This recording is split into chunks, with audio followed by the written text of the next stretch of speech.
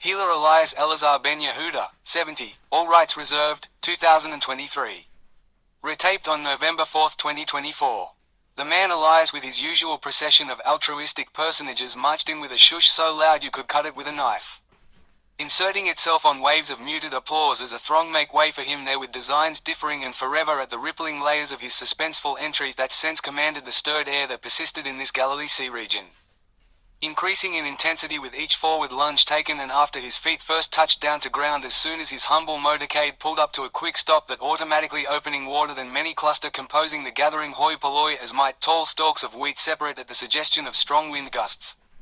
The air as surreal as any Easter's tranquil morning air could be, only this one of that best-selling variety that said oddly inwardly announces cessation of the seasons, of gravity-defying winter's snowy frost and bite for the first time of the year, reminding viscerally of transition and that it would be the one of several other years of this one moment caught in time.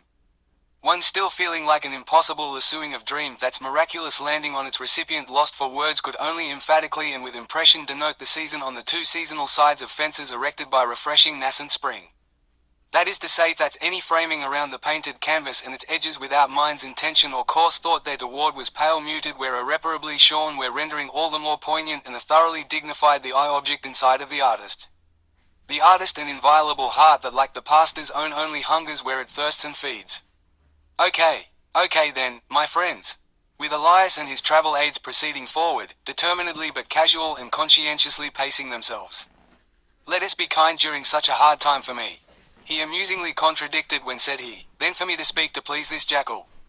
He paused to shake his fist in the air and as quickly returned his glance to Elias whose pace was quickening some, the latter motioning for the man to calm down as he'd been doing silently in the manner of a man expecting ahead of a predicted lengthy discourse that he would have to. Softly yet repeatedly saying, it's okay. It's fine. And, it is well with your good father's soul. Take me to where he is, please. And such. And with his eyes while remaining strong with the dignified look of unshorn stoical importance worn there as though for both men he attempted to comfort him amid his confusion the distraught man's words as astute utterances only that would seem to issue forth all at once. Clipping and abbreviated with each ousting the other away from claim at mind's forefront. He paused to shake his fist in the air and as quickly returned his glance to Elias whose pace was quickening some. Rabbi Elias Eleazar, most unfortunate things against delirious backbiters, these ones without conscience attacking both of us at times. You can handle such as you're young. I am just an old man. Today we see in the very one who more than spirited our faith but did provide salvation for us. To behold his characteristic in you, again I'm truly honored. I suddenly, forgive me. He was inexplicably coerced unto self-effacing humility and was overly conscious of it. I'm grieved and beside myself yet and do flush, forgive me, good Rabbi.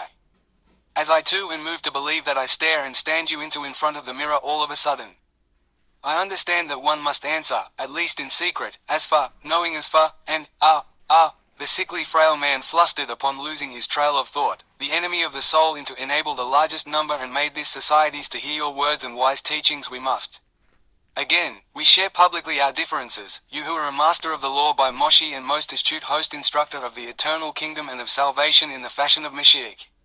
Of course you are, everybody knows this, you are resisted by the many wishing that you would exclusively identify and maybe to say you are detested by the few wishing for you to altogether disassociate from both camps, yes?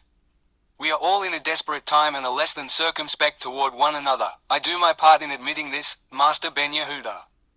As for the contentious rifts, on another articulated thought Eleazar stopped walking to turn and square with the man, clasping palms down against his shoulders, firmly pressing down upon cutting the distance between them short. Yet as oftentimes was the case, 'twas the vivacious glimmer in sober eyes that commanded the man's attention, stilling, even disarming him, for another time. For another time deemed more appropriate, friend. Be at ease as I do scarcely ask whether you are Jewish, Gentile or these days Jewish Gentile. I do in the least bit partition orthodoxy away from Reform Judaism and the rifts, unlike our family members, will always be with us.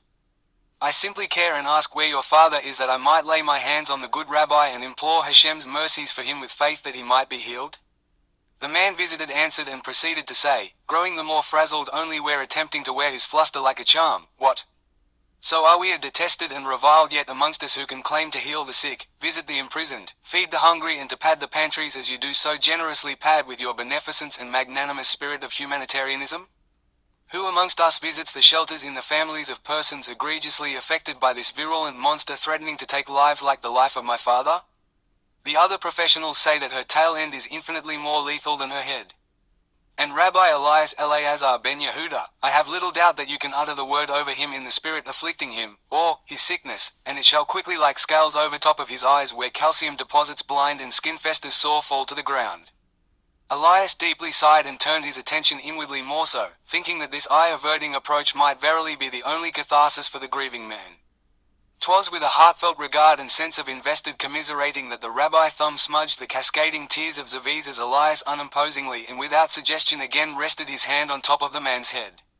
Smiling a genuine and heartwarming smile that, as could the look of receipt in Zaviz's eyes attest, couldn't have met with a severing line that could melt the adhesive glue captivating by seizing hold and tethering line here. The stealing nature of what beamed back from Elias' eyes again disarming as Zv feel the effect of excitable stupendous revival ahead of time. Defined in the sconces glimmering flickers like those of light towers reflecting against lake surface inside of each absorbing compassionate eye orb that emitted as much as elicited. Yes, sir. I would offer money to enable me to procure your services, although I know that what lives inside of you is scarcely to be cheapened by what passes with time or that could be assigned material value at all, and it shall proportionately be meted out discriminately or to favor some instead of others, as though to cheapen the wine by discarding it in favor of the bottle's keep. Maybe to say, if I cannot contribute, then must I for inconveniencing you be made to compensate, good rabbi, and doctor. Give your money to the charities, the choices are plenty for the choice of your own and your good rabbi's charities. How circumspect and wise are your words, as I do scarcely enter your home as a salesman. I visit instead as the compassionate humanitarian with a heart to cure and care this morning as I meditate over the matter and seek to oust out this pestering hold on your dearly beloved father, my rabbi friend. Beloved of Hashem, family and friends. Sickness affecting many of us, the result of fallen man's condition that is scarcely evidence of flaws of yours or of your father's. Yet the enemy still does utilize infirmity's egregious ailments to advantage holds on an innocent one. Yet your faith is medicine, and because of such your father, see, yes, on my word he is healed. Upon my arrival take me to him and do hasten, as many of us are on a final breath because of this asphyxiating universal hoax, feels like. How terrible it is. The visitors not long after they had exited the car and cleared the pathway were met by Amanda crying, "It is too late." How wonderfully has he abided, so said the doctors and his health team. Thanks to Providence that you were so good to come, Rabbi and Dr. Elias Ben Yehuda.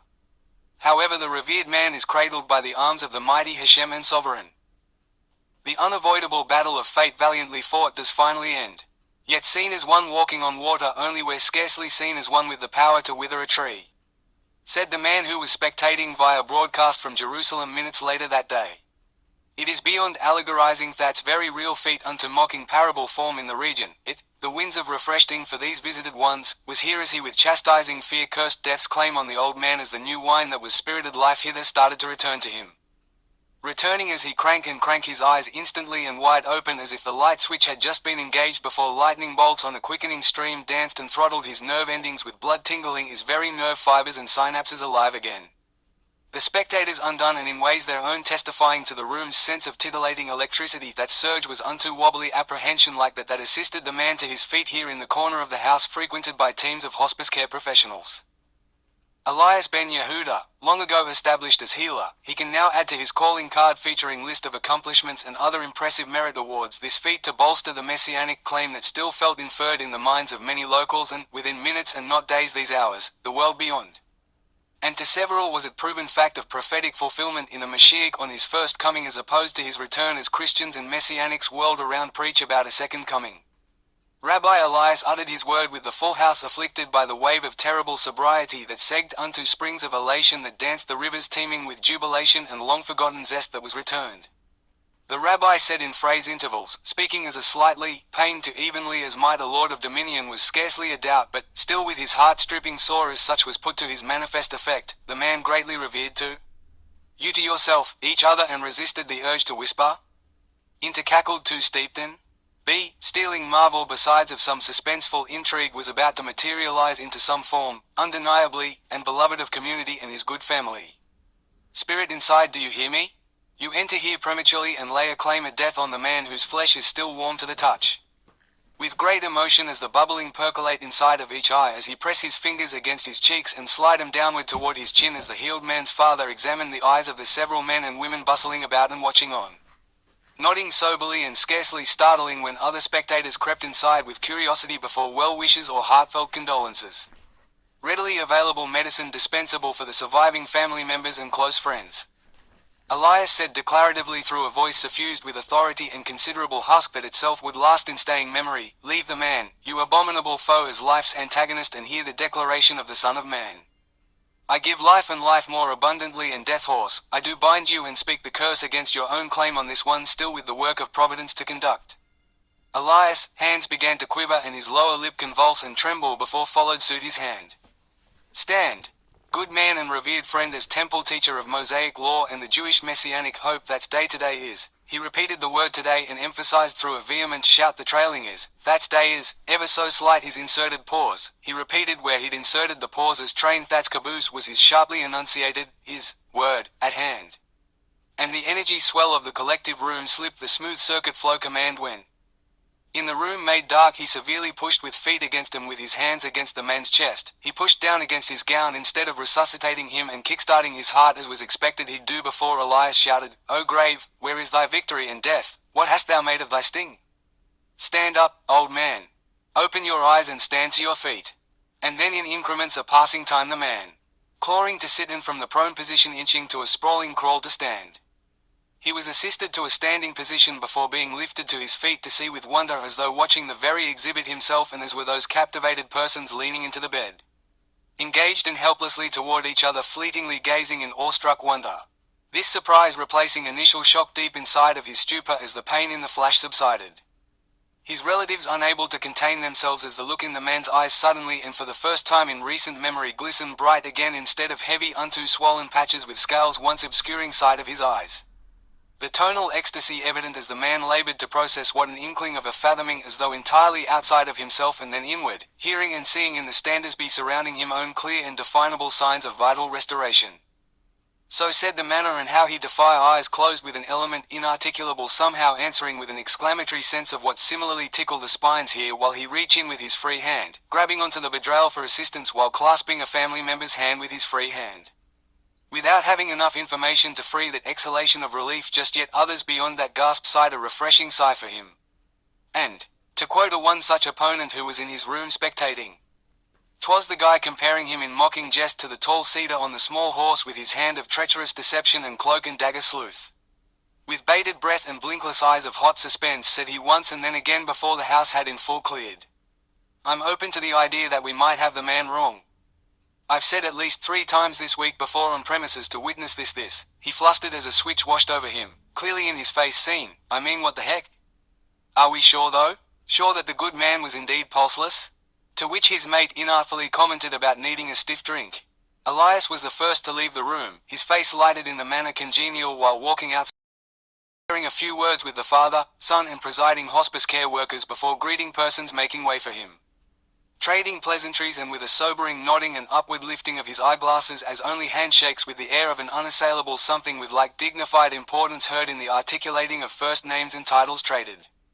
Voices of salutation from the select few under the immense gravity of the suspenseful nature-defying moment, others grappling over what they could not artfully give voices to amid the sharing of greetings left to linger in air.